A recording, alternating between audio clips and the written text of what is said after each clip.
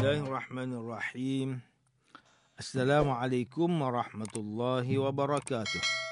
Innal hamdalillah nahmaduhu wa nasta'inuhu wa nastahdi bihi wa nastaghfiruh. Wa na'udzu billahi min shururi anfusina wa min sayyiati a'malina. Man yahdihillahu fala mudilla lahu wa man yudlil fala hadiya lahu. Asyhadu an la ilaha illallah wahdahu la syarika lahu wa asyhadu anna Muhammadan 'abduhu wa rasuluh. Allahumma salli wa sallim ala sayyidina Muhammad wa ala alihi wa ashabihi wattabi'in wa man tabi'ahum bi ihsanin ila yaumiddin. A'udzu billahi minasyaitonir rajim. Ya ayyuhalladzina amanu taqullaha haqqa tuqatih wa la tamutunna illa wa antum muslimun. Amma ba'd. Yang berusaha Tuan Haji Ahmad Nazri Muhammad Yusof selaku penerbit rancangan tafsir Al-Quran dan seterusnya sidang pendengar yang dirahmati Allah. Alhamdulillah, pertamanya marilah kita bersama-sama merafakkan setinggi kesyukuran kehadrat Allah Subhanahu Wa Taala di atas segala nikmat kurniaan dan rezekinya yang tidak ternilai. Selawat dan salam ke atas junjungan besar Nabi Muhammad sallallahu alaihi wasallam, ahli keluarga baginda dan para sahabatnya yang tercinta. Tuan-tuan, puan-puan, para pendengar yang dimuliakan, bersama saya Profesor Dr. Muhammad Najib bin Abdul Kadir, Pusat Kajian Al-Quran dan As-Sunnah, Fakulti Pengajian Islam, Universiti Kebangsaan Malaysia. Pada hari ini, kita akan menyambung kembali rancangan tafsir Al-Quran bagi siri kedua. InsyaAllah, pada kali ini kita akan membincangkan mengenai pentafsiran ayat pertama dan kedua surah Hud. A'udzu billahi minasyaitonir rajim. Bismillahirrahmanirrahim. Alif Lam Ra. Kitabun uhkimat ayatuhu summa fussilat min ladun hakimin khabir. Alla ta'budu illallah. Innani lakum minhu nadhirun wa bashir. Alif Lam Ra. Al-Quran sebuah kitab yang tersusun ayat-ayatnya dengan tetap teguh. Kemudian dijelaskan pula kandungannya satu persatu.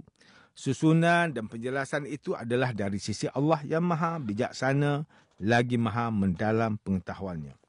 Al-Quran yang demikian sifatnya diturunkan oleh Allah supaya janganlah kamu menyembah sesuatu pun melainkan Allah. Katakanlah wahai Muhammad, sesungguhnya aku diutus oleh Allah kepada kamu sebagai pemberi amaran kepada orang yang ingkar dan pembawa berita kepada orang yang beriman. Sidang pendengar yang dirahmati Allah, Profesor Dr. Muhammad Quraish Shihab melalui kitabnya Tafsir Al-Misbah menukilkan pada ayat pertama hingga kedua surah Hud mengenai keistimewaan Al-Quran yang mendorong manusia melakukan kebaikan berikutan anjuran surah yang lalu. Surah ini dimulakan dengan huruf Alif Lam Ra. Dan daripada huruf-huruf inilah yang menghasilkan suatu kitab yang agung dan ayat-ayat di dalamnya yang telah disusun dengan sempurna oleh Allah Subhanahu Wa Taala tanpa campur tangan dan bantuan daripada mana-mana makhluk. Sidang pendengar yang dimuliakan, Profesor Dr. Tengku Muhammad Hasbi As-Siddiqi menulis kitabnya Tafsir An-Nur mentafsirkan ayat pertama hingga kedua surah Hud bahawa Al-Quran adalah sebuah kitab yang mempunyai kedudukan yang tinggi, iaitu kitab yang diturunkan oleh Allah Subhanahu Wa Taala, Tuhan seluruh alam yang sentiasa mengerjakan sesuatu dan menetapkan sesuatu perkara sesuai dengan hikmah dan akibat yang terjadi. Kitab Al-Quran telah dijadikan muhkamah, yakni jelas maknanya, mempunyai petunjuk yang mengandungi balaghah, iaitu maksud tersirat dan tersurat serta kuat pengaruhnya. Kitab Al-Quran ini telah disusun dengan sempurna dan kukuh yang tidak terdapat sebarang cacat cela di dalam kandungannya. Ayat-ayat Al-Quran ini telah dijelaskan, disusun dan diatur satu persatu di dalam beberapa surah serta surah-surah ini saling berkait di antara satu sama lain. Antara kandungan di dalam surah-surah ini ada seperti akidah, hukum, kisah, adab, kemasyarakatan, ilmu pengetahuan dan banyak lagi. Ayat-ayat yang terdapat dalam Al-Quran telah dijadikan sebagai muhkamah dan telah diperjelas agar manusia dapat menerima Al-Quran sepenuhnya dan tidak menyembah selain Allah Subhanahu Wa Taala. Allah Subhanahu Wa Taala menurunkan Al-Quran adalah bertujuan untuk menyeru seluruh manusia beribadah kepadanya. Manakala tugas Nabi Muhammad sallallahu alaihi wasallam adalah sebagai nazir yang memberi peringatan kepada orang kafir mengenai seksaan yang telah dijanjikan Allah Subhanahu Wa Taala jika mereka tidak beriman dan menuruti segala perintah dan jauhi segala larangan Allah Subhanahu Wa Taala. Selain itu, Nabi Muhammad sallallahu alaihi wasallam juga merupakan bashir, iaitu pembawa khabar gembira kepada orang beriman dan memberi petunjuk ke arah kebenaran. Manakala Ustaz Salahuddin Abdullah dan Ustaz Omar Khalid melalui kitab mereka Tafsir Mubin mentafsirkan ayat pertama hingga kedua surah ini dengan menjelaskan mengenai Allah Subhanahu Wa Taala menyatakan bahawa Nabi Muhammad sallallahu alaihi wasallam tidak bertanggungjawab untuk menjadikan seluruh umat manusia beriman kepada Allah Subhanahu Wa Taala. Sekiranya Allah Subhanahu Wa Taala menghendaki, nescaya Allah akan terus jadikan seluruh umat manusia beriman kepadanya. Oleh itu, Allah Subhanahu Wa Taala memujuk Rasulullah SAW agar tidak bersedih terhadap keingkaran mereka yang tidak mahu beriman kepada Allah Subhanahu Wa Taala.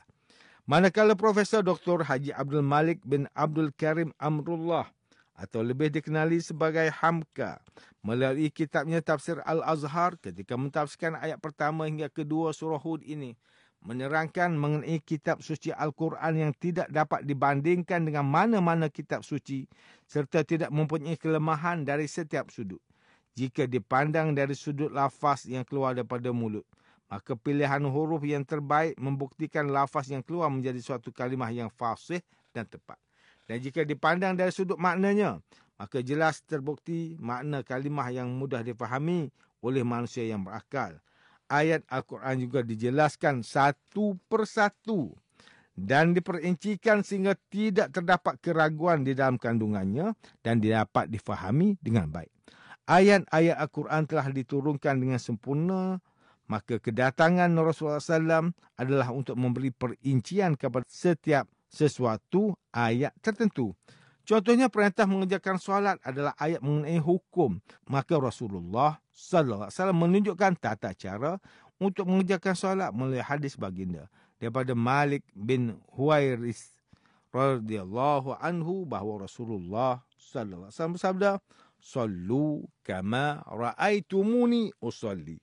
Solatlah kalian sebagaimana kalian melihat aku solat. Hadis riwayat Imam Asy-Syafi'i dalam kitab Musnadnya dan Ibn Hibban dalam kitab Sahihnya. Maka Nabi Muhammad sallallahu alaihi wasallam telah menunjukkan tata cara solat yang lengkap daripada perbuatan berdiri, menghadap kiblat, takbir, rukuk, sujud, i'tidal, duduk di antara dua sujud, duduk tawarruk dan duduk iftirash. Seterusnya, wahyu yang diturunkan kepada Nabi Muhammad sallallahu alaihi wasallam dan sekalian nabi serta rasul yang lain merupakan wahyu yang diutuskan langsung daripada Allah Subhanahu Wa Taala dan bukanlah daripada malaikat Jibril. Malaikat Jibril hanyalah sebagai perantara yang diperintahkan untuk menyampaikan wahyu kepada para nabi dan rasul. Wahyu juga bukan suatu hasil buah fikiran yang difikirkan oleh para nabi dan rasul. Menurut Profesor Dr. Hamka lagi, wahyu adalah sesuatu perintah atau larangan, berita gembira maupun ancaman.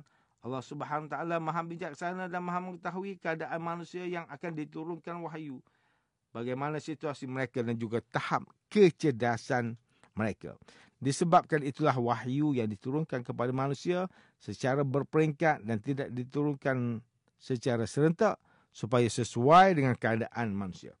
Kitab suci Al-Quran walaupun telah diturunkan sepenuhnya dan dikumpulkan menjadi sebuah mushaf, namun masih relevan untuk diguna pakai sehingga ke hari ini dengan mengetahui segala sebab penurunan ayat dan boleh disesuaikan dengan situasi yang terjadi kini.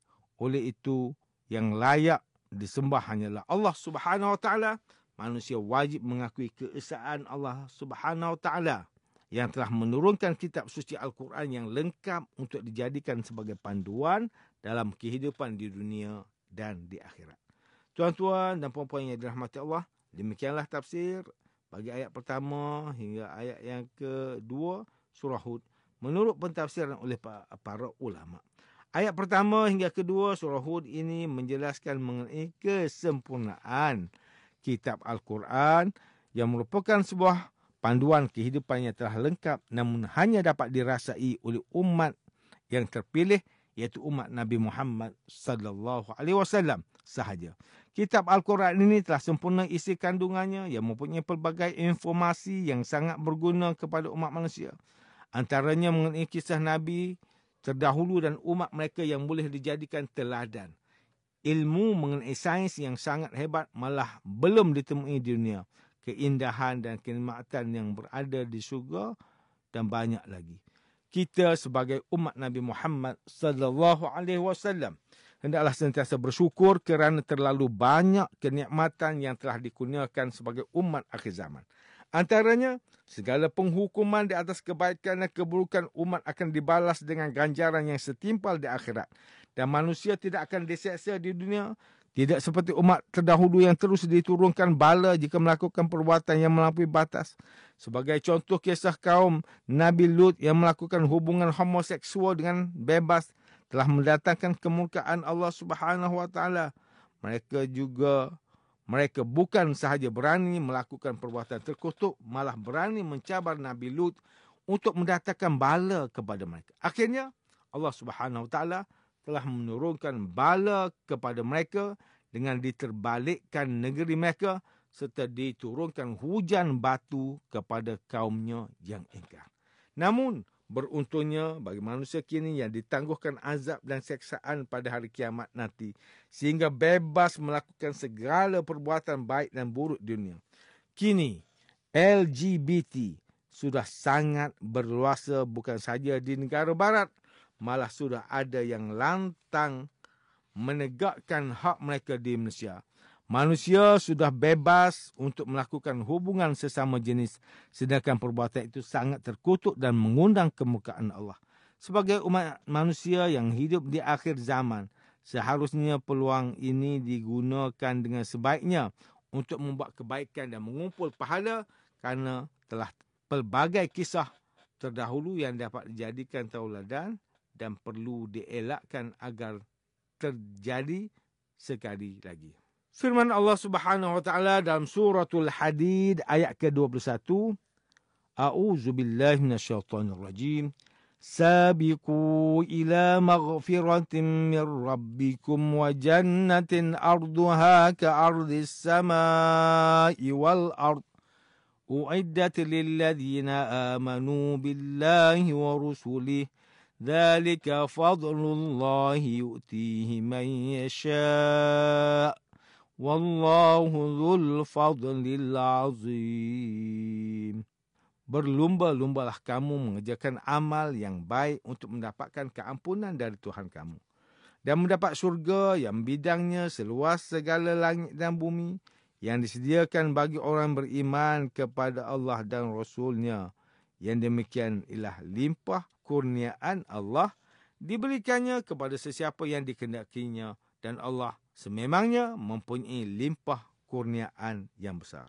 Sidang pendengar yang dimuliakan, antara pengajaran yang boleh kita ambil daripada tafsir ayat pertama hingga kedua surah Hud ini, pertama, umat Islam hendaklah melazimi Al-Quran dengan sering membaca Al-Quran, namun lebih baik jika dibaca dengan diaplikasikan hukum tajwid yang betul. Yang kedua, umat Islam hendaklah mendalami dan memahami isi kandungan Al-Quran dengan sering membaca tafsir Al-Quran. Dengan membaca tafsir Al-Quran juga mendengar kuliah mengenai tafsir Al-Quran seperti program tafsir yang dianjurkan oleh Radio IKIM ini. Yang ketiga, umat Islam hendaklah sentiasa mendampingi Al-Quran dan juga menjaga adab dengan Al-Quran seperti kedudukan Al-Quran perlu diletakkan di tempat yang tinggi dan tidak boleh meletakkan apa-apa di atas Al-Quran dan lain-lainnya. Sidang pendengar yang dirahmati Allah, sekian sahaja rancangan tafsir Al-Quran pada hari ini. Semoga kita semua mendapat manfaat daripada perbincangan ilmu ini. InsyaAllah, mudah-mudahan kita akan bertemu lagi pada siri rancangan tafsir Al-Quran yang akan datang. Wabillahi taufiq wal hidayah. Wassalamualaikum warahmatullahi wabarakatuh.